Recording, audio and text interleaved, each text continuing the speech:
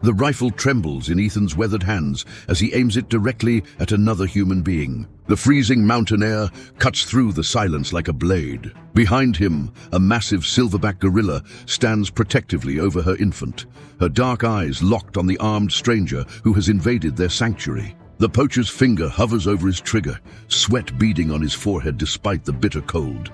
"Walk away," Ethan's voice cuts through the tension, steady despite the chaos erupting around him.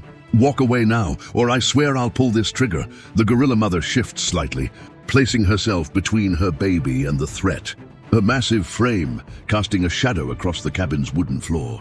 This is the moment when everything Ethan thought he knew about survival, about humanity, about the thin line between civilization and wilderness, would be shattered forever. The poacher's eyes dart between Ethan's unwavering gaze and the magnificent creature behind him. One wrong move, one moment of hesitation, and everything could end in bloodshed.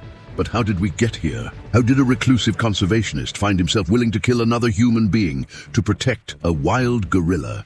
How did a creature that could tear a man apart with her bare hands become the guardian of the very person who should fear her most? To understand this impossible moment of trust, this connection that transcends every natural instinct, we need to go back to where it all began. Back to a night when the mountain's fury would bring together two unlikely souls in a dance of survival that would change everything. Before we dive into this incredible true story, I need you to do something for me. Drop your country in the comments below. I want to see how far this story of courage and compassion reaches across the globe. And hit that subscribe button for Wind Echo Untold, because stories like this one deserve to be heard by everyone who believes in the extraordinary power of human kindness. Trust me, what you're about to witness will challenge everything you think you know about the bonds between humans and wild animals. Ethan Morrison never intended to become a hermit. 3 years ago, he was Dr. Ethan Morrison, a respected wildlife conservationist with a corner office in Denver, a comfortable suburban life, and a reputation that opened doors across the scientific community. He had spent 15 years studying primate behavior, publishing papers that changed how we understand the complex social structures of great apes, and leading conservation efforts that saved countless habitats from destruction. But success has a price. And Ethan paid it in sleepless nights, failed relationships, and a growing cynicism that ate away at his faith in humanity. He had watched too many species disappear while politicians argued and corporations counted profits. He had seen too many of his research subjects killed by poachers while international committees held endless meetings about sustainable solutions.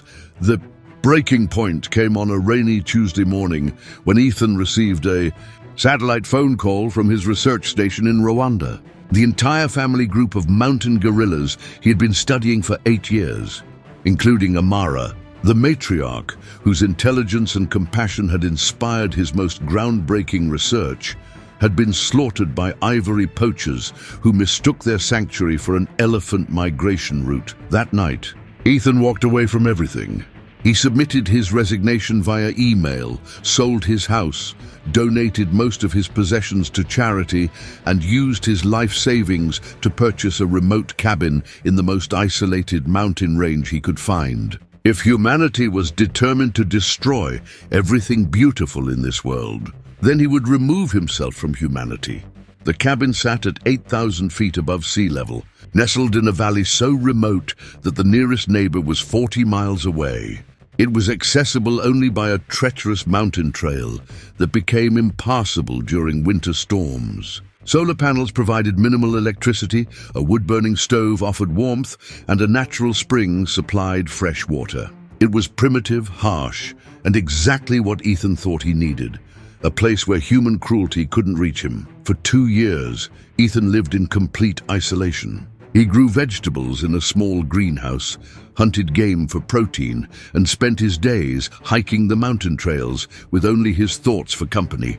He told himself he was happy, that this simple existence was better than the complicated, disappointing world he had left behind. He convinced himself that he didn't miss human contact, that he didn't long for meaningful conversation, that the echo of his own voice in the empty cabin was enough. But isolation is a strange companion. It strips away the masks we wear, the lies we tell ourselves, the comfortable delusions that help us navigate complex social relationships. In the silence of the mountains, Ethan began to hear things he'd been avoiding for years. The sound of his own loneliness, the weight of his accumulated grief, the hollow echo where his passion for life used to resonate. He still maintained his research habits, keeping detailed journals about the wildlife he observed, tracking migration patterns, noting changes in local ecosystems. But these activities felt mechanical now, like muscle memory from a previous life. The fire that had once driven him to spend 18-hour days fighting for conservation causes had dimmed to barely glowing embers. On this particular November evening, as storm clouds gathered around the mountain peaks like dark omens, Ethan sat by his fireplace reading a 3-month-old scientific journal. The irony wasn't lost on him. Even in his self-imposed exile, he couldn't completely disconnect from the world of research and discovery that had once defined his entire identity. The journal contained an article about recent advances in cross-species communication research, the kind of work he might have contributed to in his former life. Outside, the wind was beginning to howl through the pine trees with an intensity that made the cabin's wooden frame creak and groan. The temperature had dropped 15 degrees in the past hour, and the weather radio was broadcasting warnings about a severe storm system moving through the region. Ethan had weathered many such storms during his 2 years of isolation, and he had learned to appreciate their raw power, their ability to make human concerns seem small and insignificant. He had no way of knowing that this storm would be different. He had no way of knowing that in a few short hours, his carefully constructed solitude would be shattered by a desperate plea for help that would challenge every assumption he had made about the nature of trust, the meaning of family, and the thin line between civilization and wilderness. As he turned the page of his journal and added another log to the fire, Ethan Morrison was still convinced that he had found peace in his isolation, that he had successfully removed himself from the heartbreak and disappointment of caring too much about things beyond his control. He was about to discover just how wrong he could be. The first sound was barely audible above the storm's fury, a soft thudding against the cabin's front door, so subtle that Ethan initially dismissed it as a branch blown against the wood by the wind. But the sound came again, more insistent this time, with a rhythm that suggested intentionality rather than random chance. Ethan set down his journal and listened carefully. The storm was reaching its peak intensity, with gusts of wind that made the entire cabin shudder and sheets of rain that hammered against the windows like machine gun fire. But underneath the chaos, he could hear it again, definitely not a branch. Something was at his door. His first thought was that another human had somehow made the treacherous journey up the mountain trail in this weather. Perhaps a lost hiker or a hunter seeking shelter. The prospect filled him with a mixture of annoyance and concern. Annoyance because human contact was exactly what he had come to this remote place to avoid. And concern because anyone caught in this storm without proper shelter could easily die of exposure. Ethan grabbed his heavy wool jacket and a powerful LED flashlight from the hook beside the door.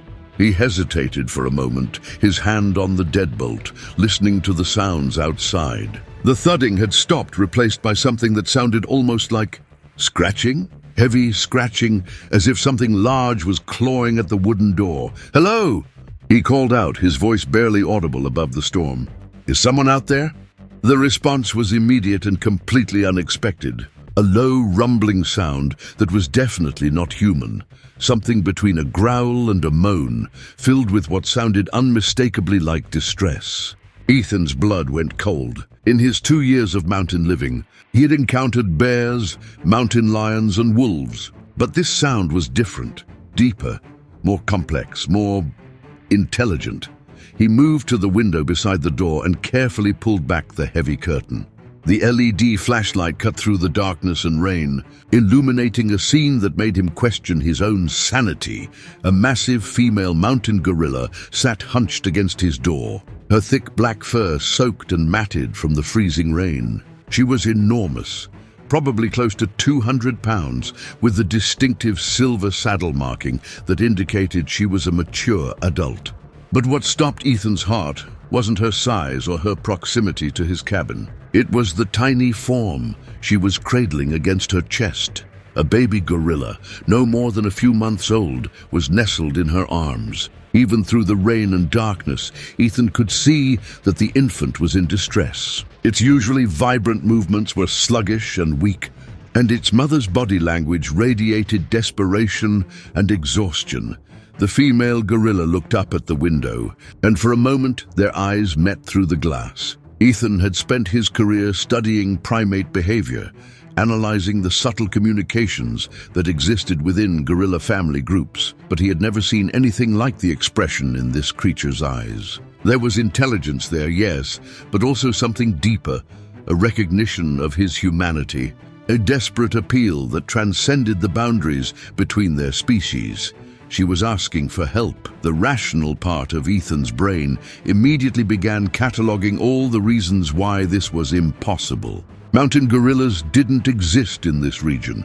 They were native to the volcanic mountains of Central and Eastern Africa, thousands of miles away from his Colorado refuge. Even if somehow a gorilla had ended up in these mountains, wild gorillas were incredibly dangerous. Despite their primarily vegetarian diet, they were immensely strong and could become violently aggressive when threatened or protecting their young. Moreover, gorillas were highly social creatures who lived in family groups called troops. A mother would never travel alone with her infant unless something catastrophic had separated her from her group.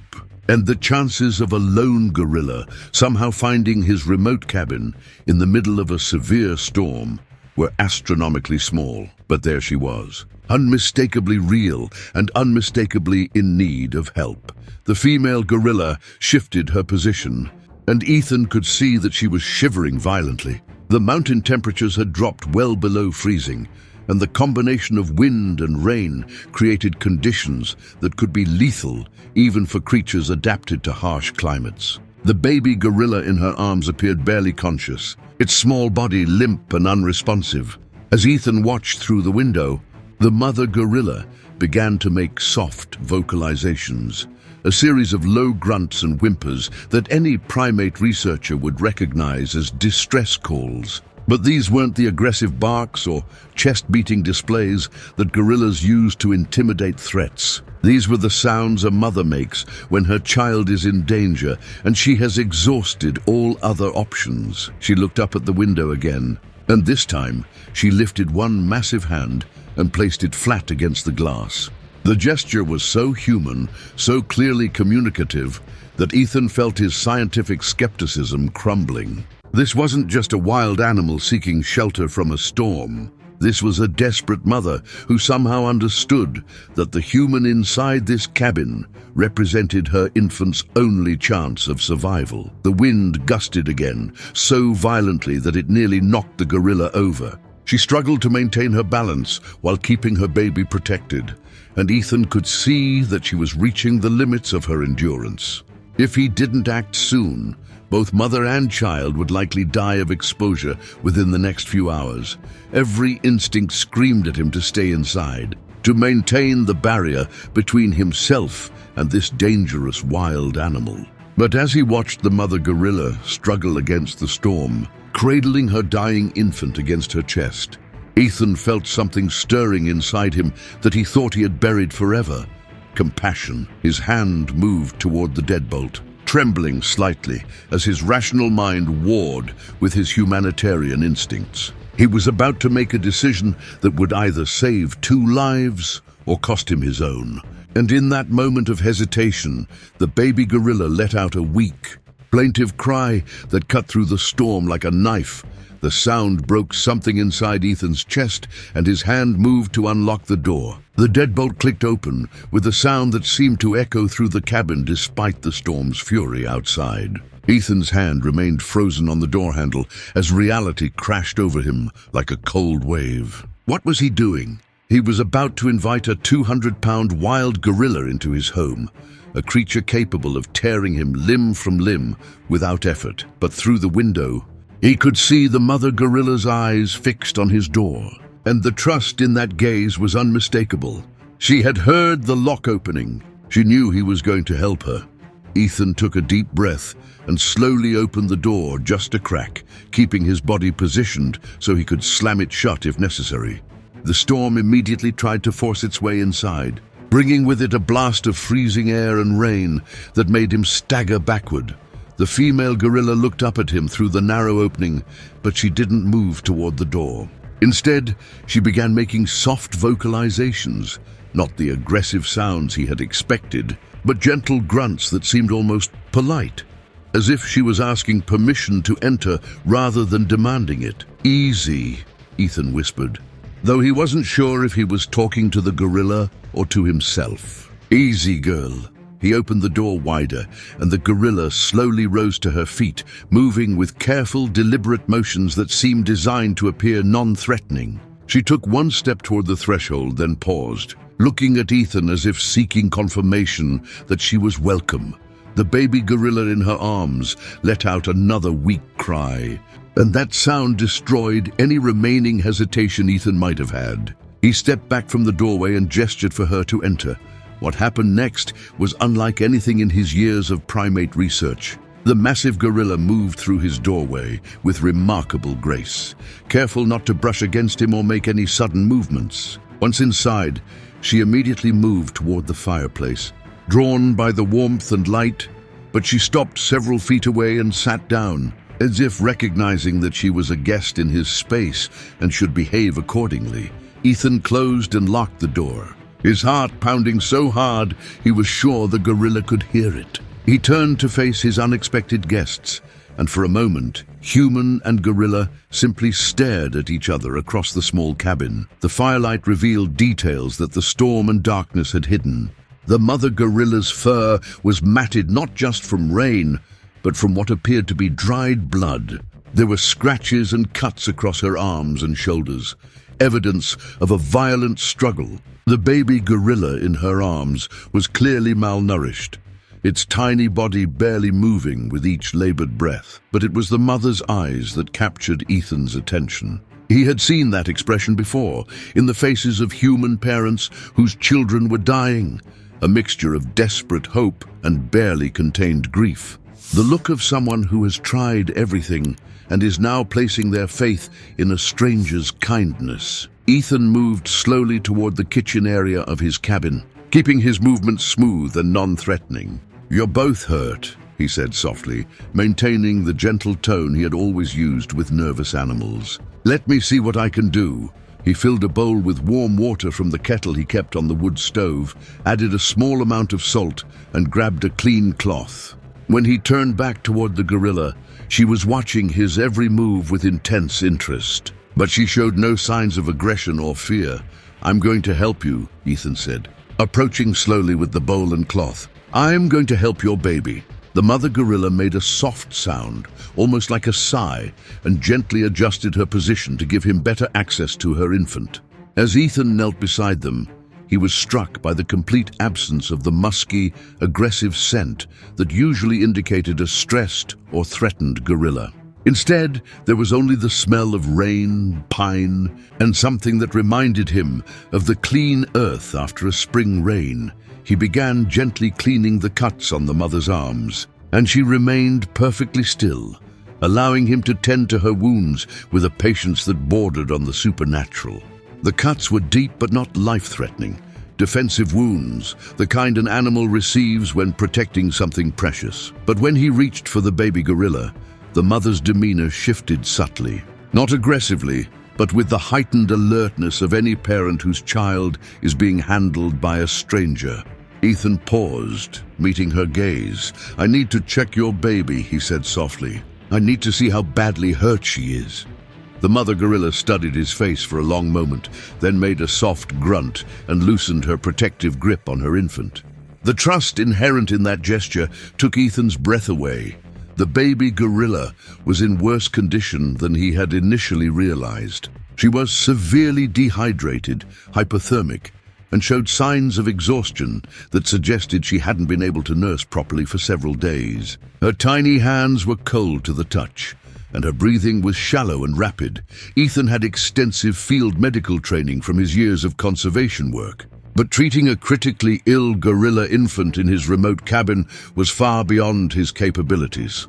He needed veterinary supplies, specialized equipment, and expertise he didn't possess. The nearest veterinarian was 40 miles away, and the mountain roads were impassable in this storm. As this realization sank in, Ethan felt a familiar sensation, the crushing weight of helplessness that had driven him to isolation in the first place. Once again, he was watching something precious die while being powerless to prevent it. The mother gorilla seemed to sense his distress. She made a low, questioning sound and reached out with one massive hand to gently touch his arm. The gesture was so human, so clearly intended as comfort, that Ethan felt tears beginning to form in his eyes. "I don't know how to save her," he whispered. "I want to help you, but I don't know how." The midpoint twisters. If in response to his words, the baby gorilla's eyes fluttered open. They were the deep brown eyes of all young primates, filled with an ancient wisdom that seemed far too mature for such a small creature. She looked directly at Ethan, and in that gaze, he saw something that changed everything. The baby gorilla was not just sick and exhausted, she was dying of grief. Ethan had seen this condition before, in orphaned primates whose mothers had been killed by poachers. Young gorillas were so dependent on their mothers for emotional as well as physical sustenance that they could literally die of heartbreak when that bond was severed. But this baby was still with her mother, still being held and protected and cared for, unless... Ethan looked more closely at the mother gorilla, applying his years of research experience to details he had initially missed in the urgency of the situation. Her behavior was protective, yes, but there were subtle differences in how she held the baby, how she responded to its cries, how she interacted with it. The protective instincts were there, but the deep maternal bond that should exist between a gorilla mother and her infant seemed strained, not absent. But not quite right either. "You're not her mother," Ethan said suddenly, the realization hitting him like a physical blow. "Are you?" The adult gorilla's reaction confirmed his suspicion. She made a soft, mournful sound and looked down at the baby with an expression of infinite sadness.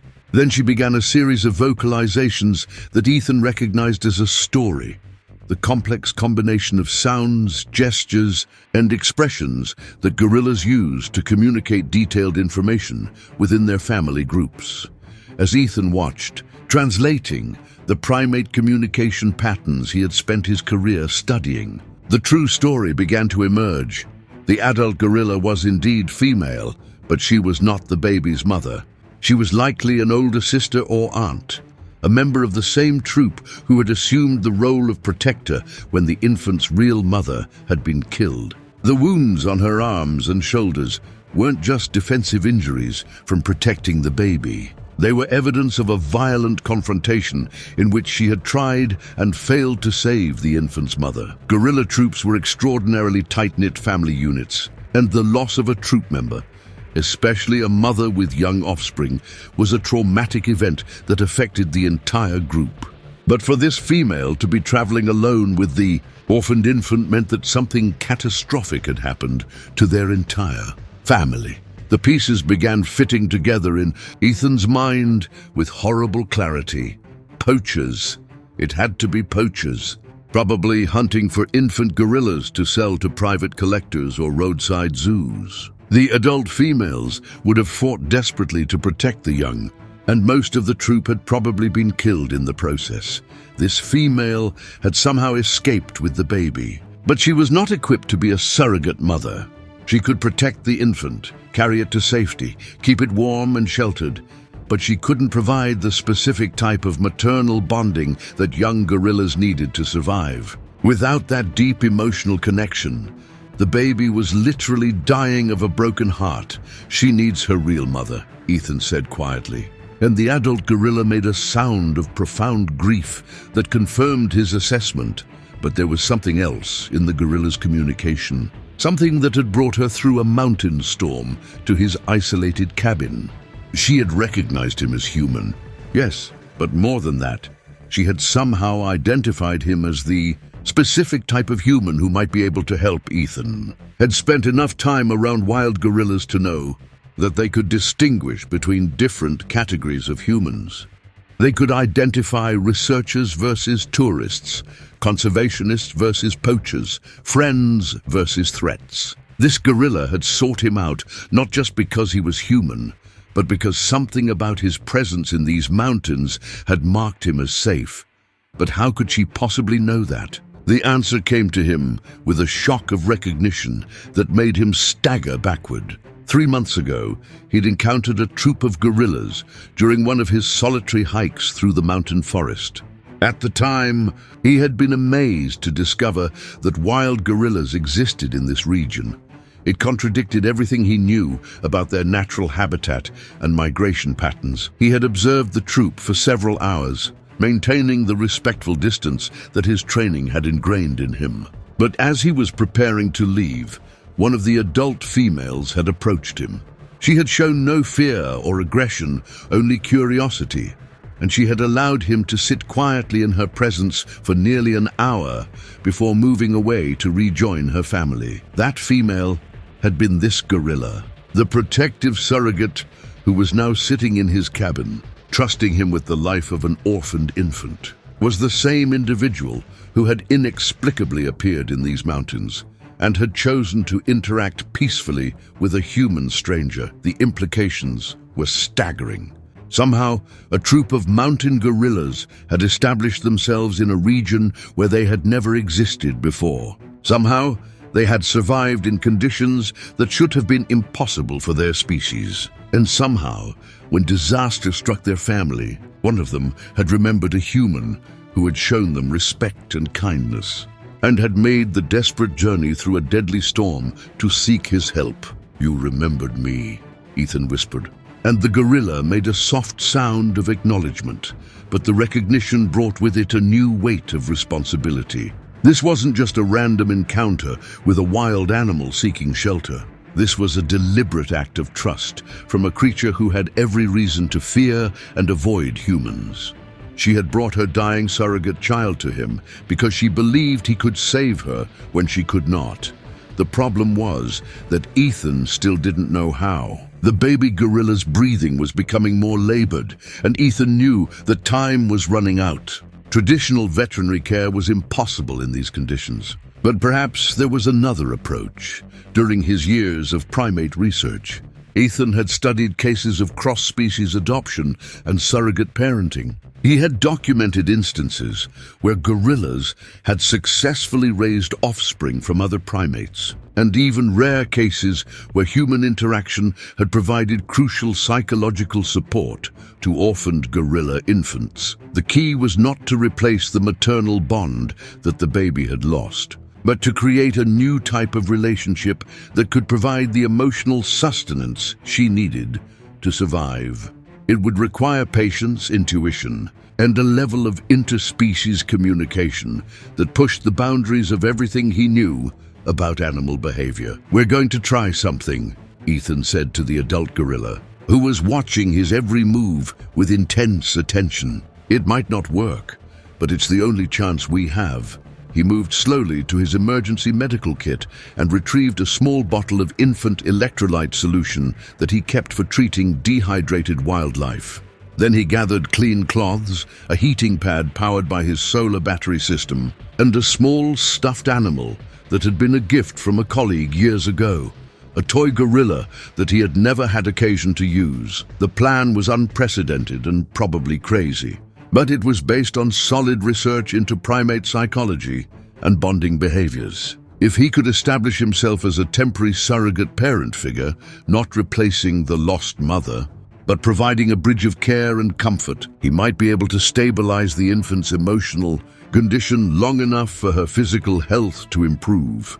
The adult gorilla watched with fascination as Ethan set up a makeshift nursery area near the fireplace. He arranged the heating pad on a soft blanket, positioned the stuffed animal nearby, and prepared the electrolyte solution in a small bottle with a nipple attachment. "I need you to trust me completely," he said to the adult gorilla. "I need to hold her, feed her, and keep her close to me for the next several hours. Can you let me do that?" The gorilla's response was immediate and heartbreaking.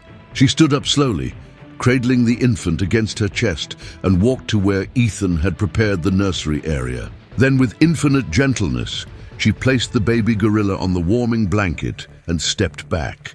The trust implicit in that action was overwhelming.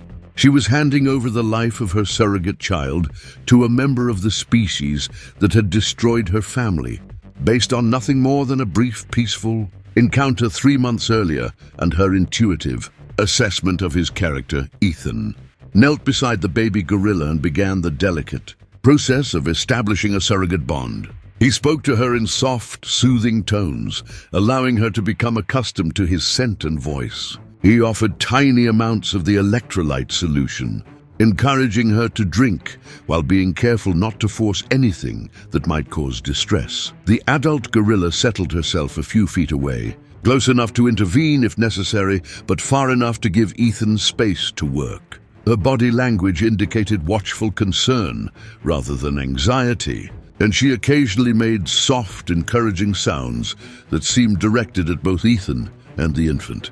As the hours passed, something remarkable began to happen. The baby gorilla's breathing became less labored. Her body temperature stabilized. Most importantly, she began to respond to Ethan's presence with signs of recognition and comfort. When he spoke to her, she would turn her head toward his voice. When he offered the bottle, she would accept it eagerly. When he held her against his chest, she would relax and make soft, contented sounds. By dawn, the transformation was undeniable. The baby gorilla, who had been on the verge of death 12 hours earlier, was now alert, responsive, and showing clear signs of attachment to her temporary human caregiver. The adult gorilla observed this development with what could only be described as relief and gratitude. She had witnessed the impossible, a human being, successfully providing the type of emotional support that her surrogate daughter needed to survive. But as the storm began to subside and morning light filtered through the cabin windows, Ethan knew that their challenges were far from over. He had managed to stabilize the infant's condition, but they were still isolated in a remote mountain cabin with limited resources. The adult gorilla's wounds needed proper treatment, and the baby would require ongoing care that was beyond his capabilities. More importantly, they needed to address the larger question of what would happen next. The gorilla troop that these two had belonged to was gone, destroyed by human greed and violence. They had no family to return to, no social structure to rejoin. In saving the infant's life, Ethan had assumed responsibility not just for her immediate survival, but for her entire future. As he sat by the fireplace, holding a baby gorilla who was contentedly drinking from a bottle while her protective surrogate dozed peacefully nearby, Ethan realized that his life of isolation was about to end in a way he had never expected.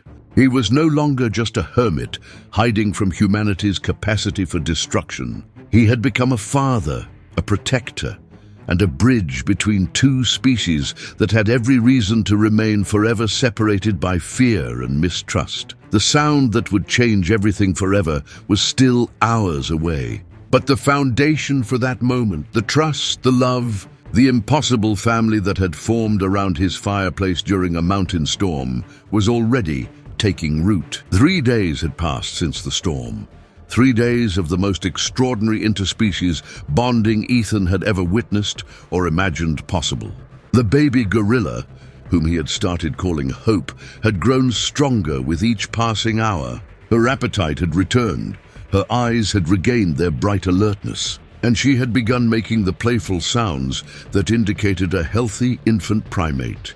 The adult gorilla, whom Ethan had named Guardian in recognition of her protective role, had proven to be an ideal companion. She helped care for Hope during the day, foraged for edible plants in the surrounding forest, and seemed to understand that the three of them had formed a temporary but essential family unit. What amazed Ethan most was how naturally Guardian adapted to having a human as part of their social structure. She would watch him prepare formula for Hope, then mimic his gentle handling techniques when it was her turn to care for the infant.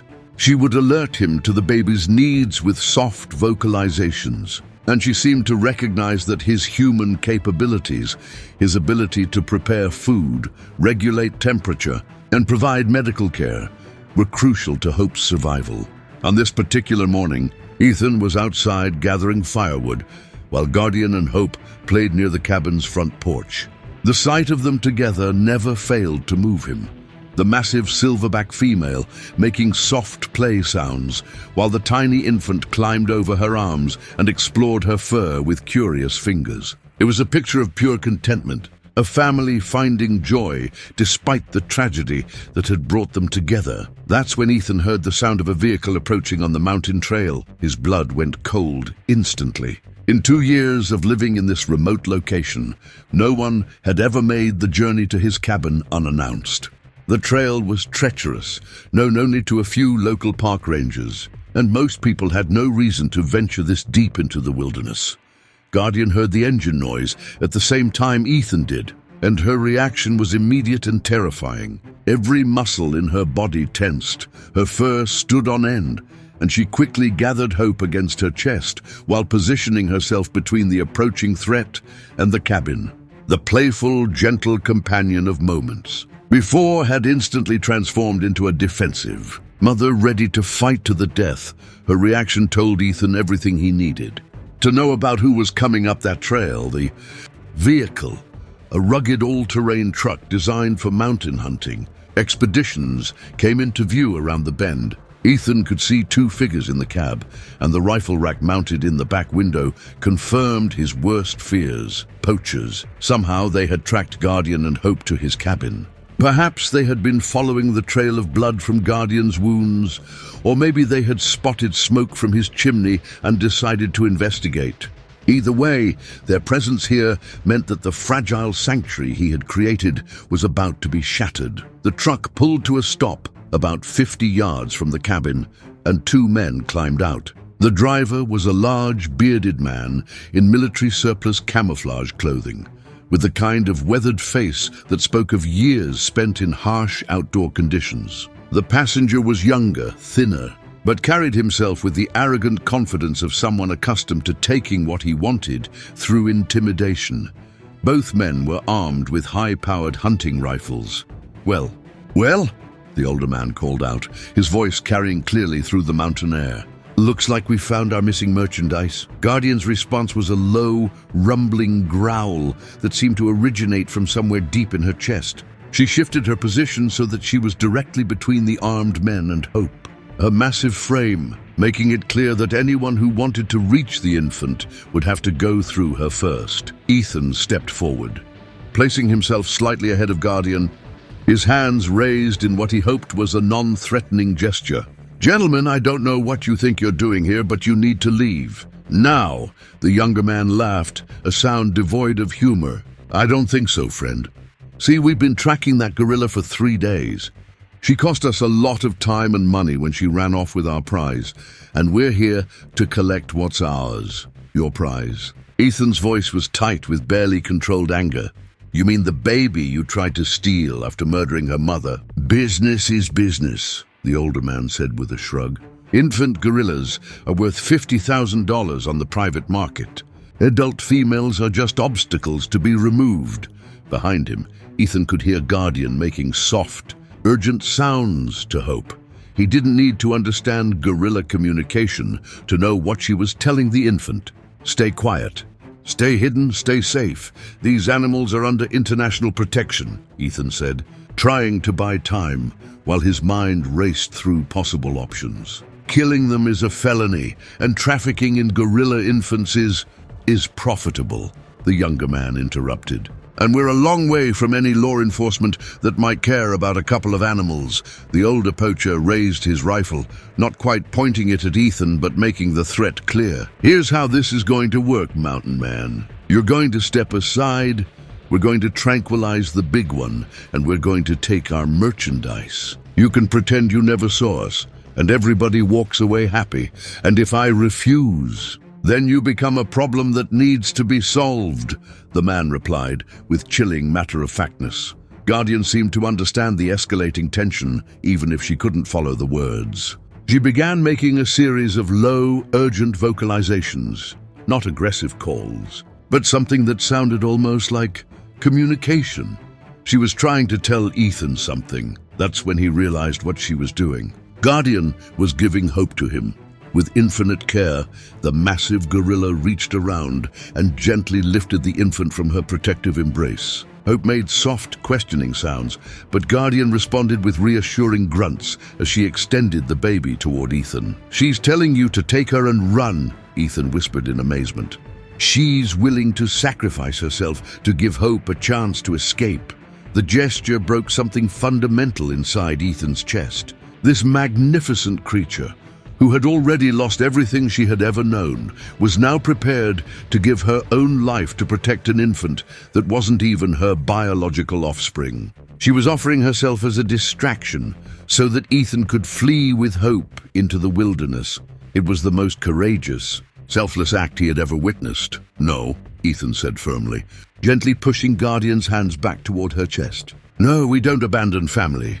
He turned to face the poachers, and something in his expression made both men take an involuntary step backward. The mild-mannered hermit they had expected to intimidate was gone, replaced by a man whose eyes burned with righteous fury. "You want that baby gorilla?" Ethan's voice was deadly quiet. "You're going to have to go through both of us." The older poacher's face hardened. "Your choice, friend. Tommy, get the tranq gun from the truck. We'll put down the big one first, then deal with our hero here." As the younger man turned toward their vehicle, Ethan made a decision that would have been impossible 3 days earlier. His hand moved slowly toward the hunting rifle he kept, mounted beside his cabin door, the same weapon he used for hunting game and protecting himself from dangerous wildlife. "I wouldn't do that if I were you," the older poacher warned, raising his own rifle to aim directly at Ethan's chest, but Ethan's movement had served its purpose. It had distracted both men for the crucial seconds Guardian needed to position herself for what she was planning to do. The attack came with the explosive suddenness that only a gorilla could achieve. One moment, Guardian was sitting protectively behind Ethan, with Hope cradled against her chest. The next moment, she was a 200-pound projectile of muscle and fury, launching herself directly at the older poacher. The man's rifle discharged wildly as Guardian's massive form slammed into him, knocking him to the ground with bone-crushing force. The younger poacher spun around, trying to bring his weapon to bear, but Guardian was already moving again. What happened next unfolded in a series of lightning-fast moments that seemed to stretch into slow motion. The younger poacher's rifle was coming up to firing position. Guardian was turning to face this new threat, but she was off balance from her first attack. Hope was crying in terror from where she had been placed behind a large rock. And Ethan was diving for his own weapon, knowing he would never reach it in time. The crack of the rifle shot echoed through the mountain valley like thunder. Guardian staggered, a bright splash of red appearing on her shoulder, but she didn't go down. Instead, she let out a roar of pain and rage that seemed to shake the very foundations of the mountain. The sound was primal, ancient, filled with the fury of a mother protecting her child and the grief of a survivor who had lost too much already. The younger poacher was frantically trying to work the bolt action of his rifle, panic making his movements clumsy and desperate. Guardian was advancing on him despite her wound, her eyes locked on his with predatory intensity. That's when Ethan's hand finally closed around his rifle. Time seemed to crystallize into a single perfect moment of clarity. The younger poacher was bringing his weapon up again, this time aiming not at Guardian, but at the rock where Hope was hidden. The older poacher was struggling to his feet, reaching for a sidearm, holstered at his hip. Guardian was wounded and enraged, but she was still placing herself between the threats and the infant she had sworn to protect. In that moment, Ethan understood with absolute certainty what he had to do. The rifle felt familiar and solid in his hands as he raised it to his shoulder. His years of hunting experience took over, muscle memory guiding his movements with practiced efficiency. The scope aligned perfectly with his target. Not Guardian, not Hope, but the man who was preparing to murder an innocent creature for profit. "Drop your weapons." Ethan's voice cut through the chaos like a blade. "Drop them now." Both poachers froze, suddenly aware that the situation had shifted dramatically. The mild-mannered hermit they had planned to intimidate was now aiming a high-powered rifle at them with the steady hands of an expert marksman. "You don't have the guts," the older poacher snarled, but his voice carried a note of uncertainty that hadn't been there before. "I spent 15 years watching men like you destroy everything I cared about," Ethan replied, his finger moving to the trigger. "I spent 2 years hiding from the world because I couldn't stand to watch any more killing. But you brought the killing to my home. You threatened my family." The younger poacher's rifle was still halfway to firing position, his face a mask of indecision and fear. Guardian was watching the standoff with intelligent eyes, her massive form tensed and ready to act the moment the threat to Hope became clear. "Your family?" The older poacher laughed, but it was a hollow sound. "That's an animal, not your family." "She came to me for help," Ethan said, his voice steady despite the adrenaline coursing through his system. "She trusted me with the life of her child. She was willing to die to protect that child from people like you. If that doesn't make her family, then I don't know what family means." The moment stretched taut like a wire under tension.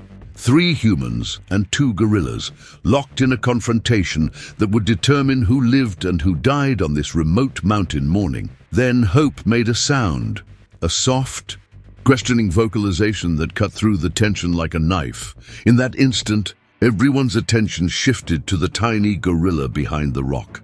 She was looking around with confused, frightened eyes, searching for Guardian, searching for safety, searching for the family that had been protecting her.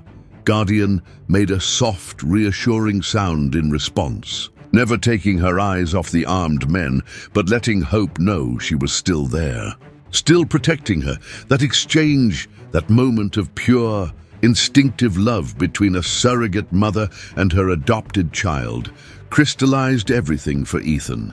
These weren't just animals. They weren't merchandise or trophies or obstacles to be removed. They were a family. His family. "Last warning," Ethan said, his voice carrying the absolute certainty of a man who had found something worth dying for. "Drop your weapons and walk away, or I will pull this trigger." The standoff had reached its breaking point. Someone was about to make a move that would determine the fate of everyone on that mountain. The only question was who would act first, and whether that action would save lives or destroy them. In the silence that followed, broken only by the soft sounds of Hope calling for her Guardian and the labored breathing of Guardian fighting through her pain, Ethan felt a strange sense of peace settle over him. For the first time in years, he knew exactly who he was and what he was fighting for. He was fighting for family. He was fighting for love. He was fighting for the belief that some things in this world were worth more than money, more than fear, more than the cynical assumption that humanity was fundamentally selfish and destructive. His finger tightened on the trigger, and he prepared to prove that belief with his life. The decision came from the younger poacher, and it was the wrong one. Perhaps it was panic, perhaps it was greed, or perhaps it was simply the kind of toxic masculinity that couldn't accept being outmaneuvered by a hermit and a wounded gorilla. Whatever the reason, he suddenly swung his rifle toward Guardian, clearly intending to eliminate what he saw as the primary threat. He never got the chance to fire.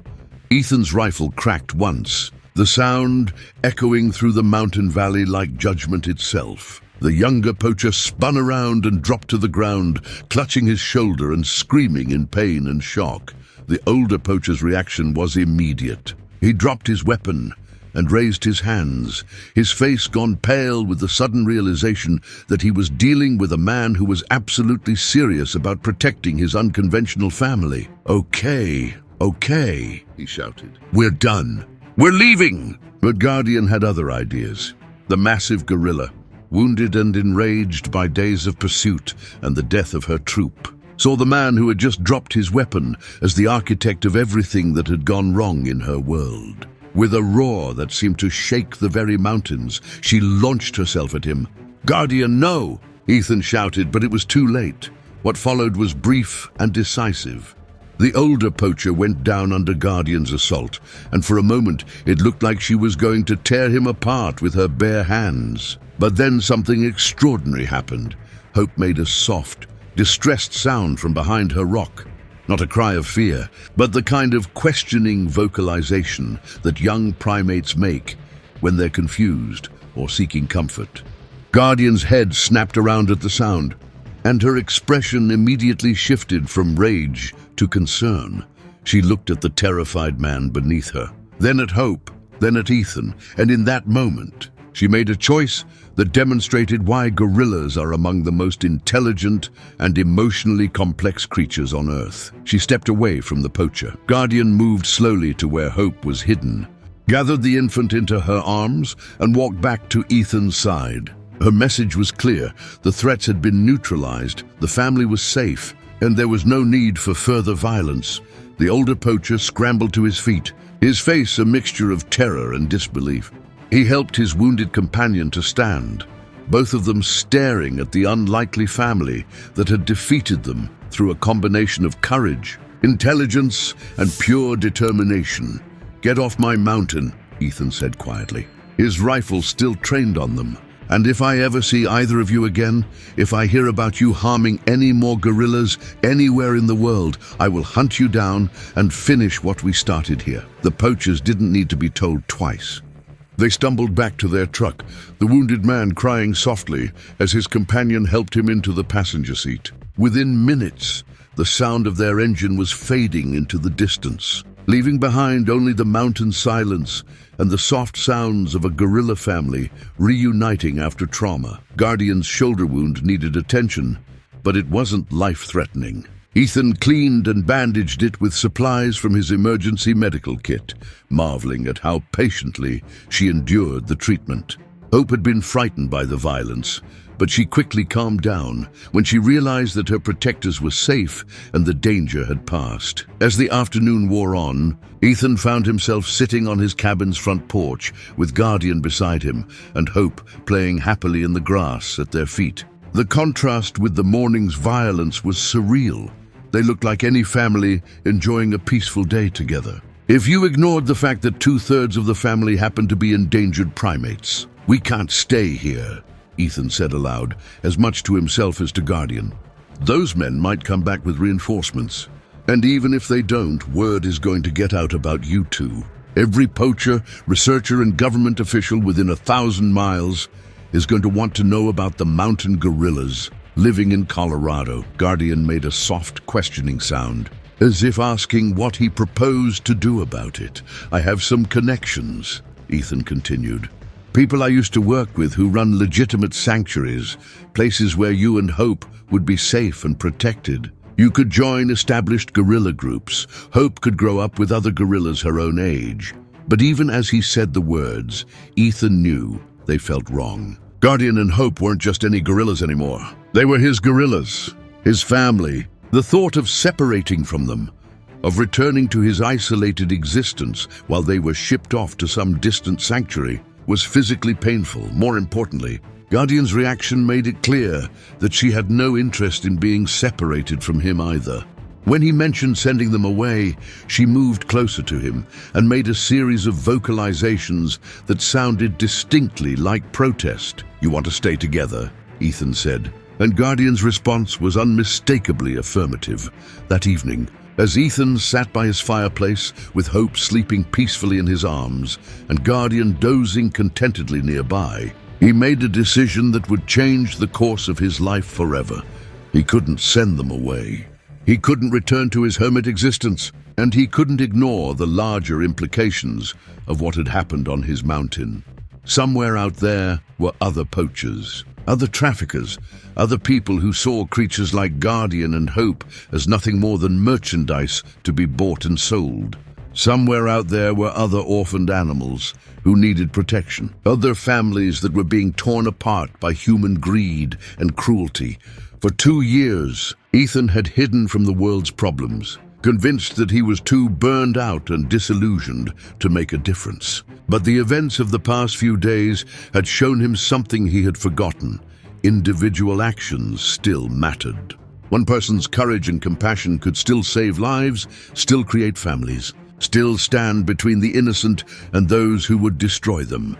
He pulled out his laptop and began composing emails to contacts he hadn't spoken to in 2 years. Conservationists, wildlife officials, sanctuary operators, and journalists who specialized in environmental issues. He told them about Guardian and Hope, about the poachers who had tracked them to his cabin, and about his decision to dedicate his life to protecting other families like theirs. By morning, he had the framework for a new kind of conservation organization, one that combined traditional research and habitat protection with active intervention against poachers and traffickers. It would be dangerous work, the kind that made enemies of people who had no qualms about using violence to protect their illegal profits. But as Ethan watched Hope wake up and immediately crawl over to Guardian for her morning grooming session, he knew that some things were worth any risk.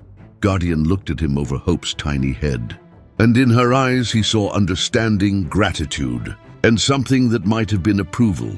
She knew that their family was about to grow, that they were going to fight for other families like theirs, that the tragedy that had brought them together was going to become the foundation for something larger and more important. 3 days later, the first team of volunteers arrived at Ethan's cabin. They came in response to his carefully worded emails. Researchers and activists who had been waiting for someone to take the lead in creating a more aggressive approach to conservation work. Within a week, they had established the first field station of what would become the Guardian Project, a network of conservationists, former military personnel, and local guides dedicated to protecting endangered species through direct action against poachers and traffickers. Guardian and Hope became the project's mascots and inspiration, proof that the bonds between humans and animals could transcend the barriers of species and fear. They also became active participants in the work, with Guardian's intelligence and strength making her an invaluable partner in field operations, and Hope serving as a powerful symbol of what they were fighting to protect. But more than that, they remained Ethan's family. Every evening, no matter what challenges the day had brought, the three of them would gather by the fireplace in the cabin where their unlikely bond had been forged. Hope would play with her toys while Guardian and Ethan planned the next day's activities. The adult gorilla offering insights and observations that consistently amazed the human members of their team. The poachers who had attacked them were arrested 6 months later, caught in a sting operation organized by the Guardian Project and local law enforcement. They were sentenced to 20 years in prison for weapons charges, assault, and violations of the Endangered Species Act. Word of their capture spread quickly through the underground networks that trafficked in exotic animals, carrying with it a clear message. The days of operating with impunity were over. There were people now who would fight back, who would track down anyone who harmed endangered species, who would make them pay for their crimes. The message was signed with a simple symbol, the silhouette of a gorilla protecting an infant, with the words Guardian Project beneath it. Within 2 years, poaching activity in their region dropped by 70%. Within 5 years, the Guardian Project had expanded to 3 continents. And within a decade, Ethan Morrison, the burned-out conservationist who had once hidden from the world's problems, had become one of the most effective and feared anti-poaching operatives in the world. But he never forgot that his transformation had begun with a simple act of compassion on a stormy mountain night, when a desperate mother had trusted him with the life of her child, and he had chosen to honor that trust rather than protect his own safety. Guardian and Hope were with him through every mission, every victory, and every setback. They were his partners, his inspiration, and his constant reminder of what they were really fighting for. not abstract concepts like conservation or environmental protection, but families. Real, living, breathing families who deserve the chance to stay together and live in safety. 10 years have passed since that storm-torn night when a desperate gorilla mother appeared at Ethan Morrison's cabin door. 10 years since a burned-out conservationist rediscovered his purpose through an act of interspecies compassion that defied every expectation and assumption about the barriers between humans and wild animals. Today, Guardian is a magnificent adult gorilla whose intelligence and courage have saved dozens of endangered animals from poachers and traffickers. She has learned to operate complex communication equipment, navigate GPS systems, and coordinate with human team members during field operations. More remarkably, she has never lost the gentle, nurturing nature that made her risk everything to save an orphaned infant during the darkest period of her life. Hope has grown into a strong, confident young gorilla whose playful nature and fearless curiosity embody everything the Guardian Project fights to protect. She has become a symbol of hope for conservationists around the world, proof that even in the face of devastating loss and human cruelty, life finds a way to heal, grow, and thrive. But perhaps most importantly, they remain a family. Every evening, when the day's work is done, and the radio chatter from field teams around the world has quieted, Ethan still sits by that same fireplace with Guardian and Hope.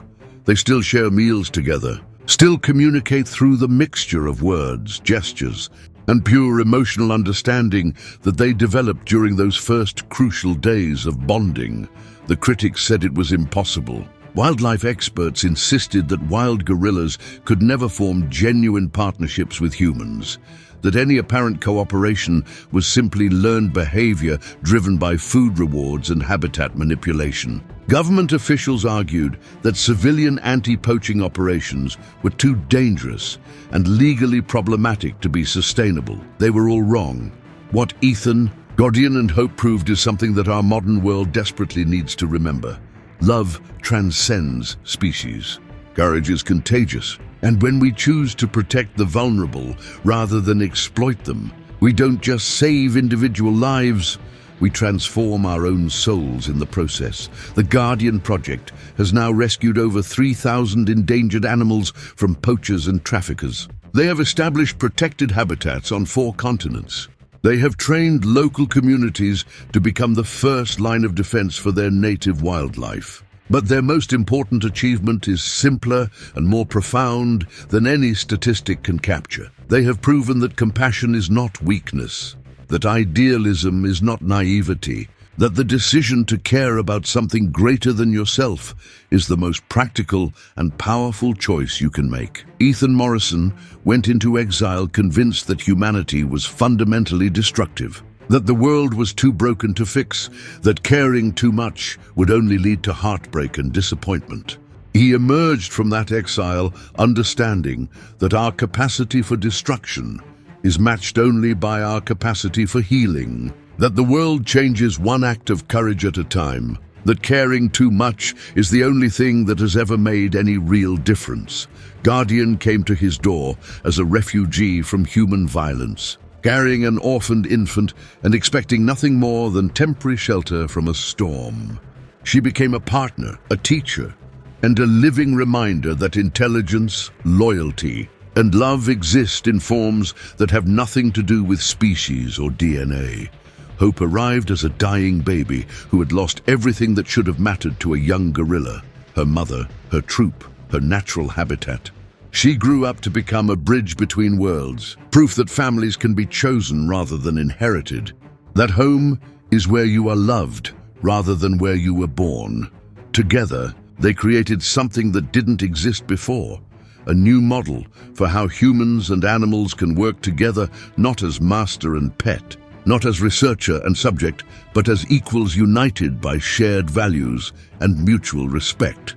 Their story is extraordinary, but the principles that made it possible are available to every one of us. The choice to help rather than ignore, the decision to protect rather than exploit, the courage to act on our compassion even when it seems impossible or impractical or dangerous.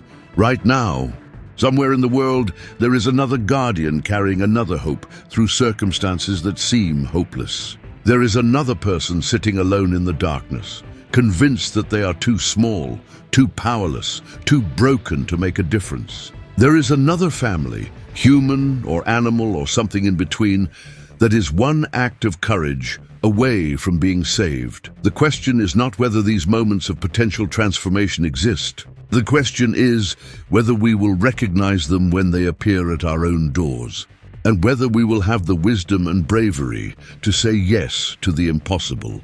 This story happened because one man chose love over fear, because one gorilla chose trust over suspicion, because one family refused to let tragedy have the last word in their lives. But their story doesn't end here. It continues every day through the Guardian Project and organizations like it around the world. If this story has moved you, if it has reminded you of your own capacity for extraordinary compassion, then I need you to do more than just watch and walk away. I need you to subscribe to Wind Echo Untold and join a community of people who believe that these stories matter, that they have the power to change hearts and minds and ultimately change the world. Leave a comment telling me what you learned from Ethan, Guardian, and Hope's journey. Share this video with someone who needs to remember that love is always stronger than fear, that courage is always more powerful than cynicism, that the choice to care is always worth making. And if you're ready to take the next step, visit the Guardian Project's website and find out how you can support the real-world work that grows out of stories like this one.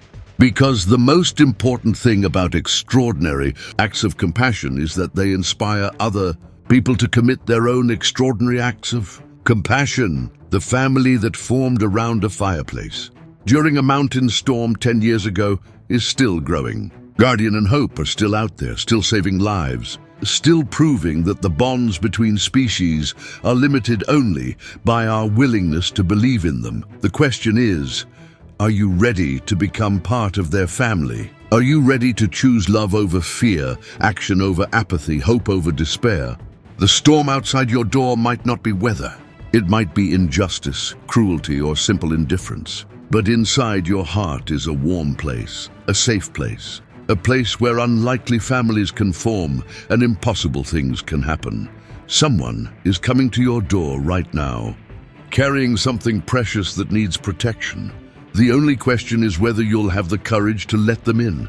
Subscribe to Wind Echo Untold. Share this story. Join the family, because the world needs more people who understand what Ethan, Guardian, and Hope learned on that mountain. We are stronger together than we could ever be alone. And love, real, courageous, transformative love, always finds a way.